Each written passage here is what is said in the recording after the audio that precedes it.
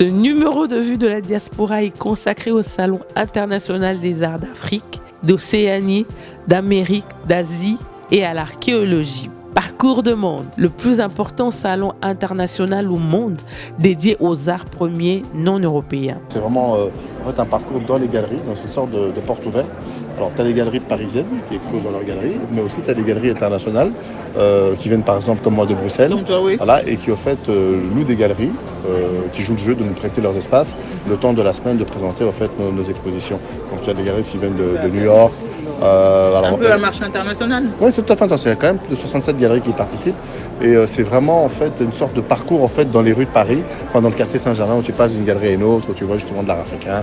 Pas que ça, il y a de l'art océanien, il y a de l'art ethnographique, enfin bref. On a vu un peu tout, mais on a vu un accès assez particulier de l'art Congo qu'on a retrouvé dans toutes les galeries. Oui, oui. J'ai essayé de parcourir. Alors c'est vrai qu'en fait, Paris et même Bruxelles sont connus surtout pour avoir des spécialistes en fait dans l'art d'Afrique, Afrique de l'Ouest, évidemment, mais aussi Congo, Gabon, Côte d'Ivoire, Mali, mais toute l'Afrique subsaharienne.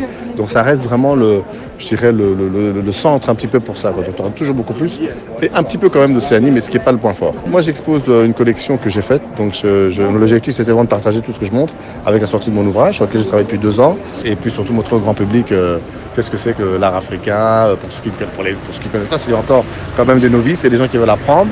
Et donc, je crois que le parcours de monde, c'est parfait parce que non seulement il y a des amateurs d'art éclairé, mais il y a aussi des gens qui sont des néophytes qui viennent pour apprendre, voilà, partager, entendre, écouter un peu la vie des marchands et des experts.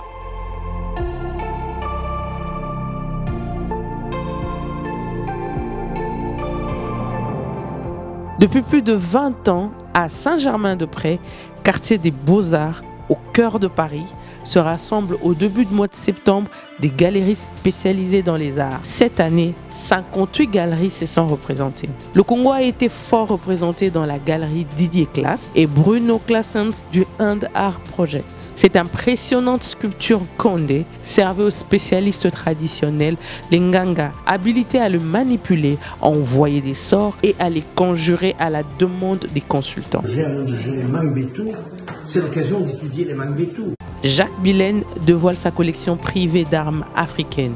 Couteaux, épées, haches, dont la majorité proviennent de la République démocratique du Congo, tels que le Mangwetu, le Lolaba, le Yakoma, le Yansi, ainsi que le Lokele.